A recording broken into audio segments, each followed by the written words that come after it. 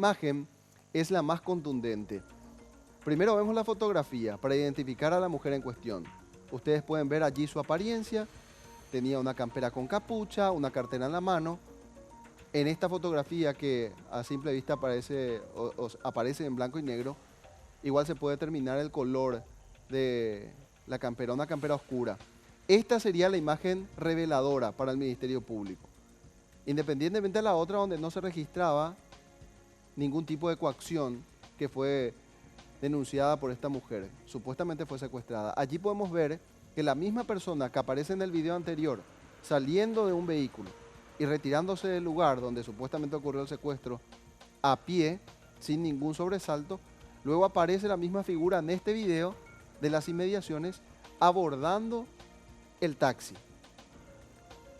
De acuerdo a la información que maneja el Ministerio Público, conforme a los datos recabados de empresas telefónicas que hicieron la geolocalización, la mujer de allí va hacia la zona del kilómetro 5, sobre la avenida Eusebio Ayala.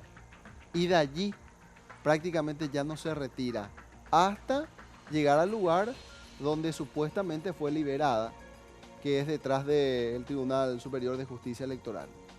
De hecho, eso es el barrio de la mujer. Con ese video, básicamente lo que hizo el Ministerio Público y la Policía Antisecuestro es cerrar el círculo de la simulación.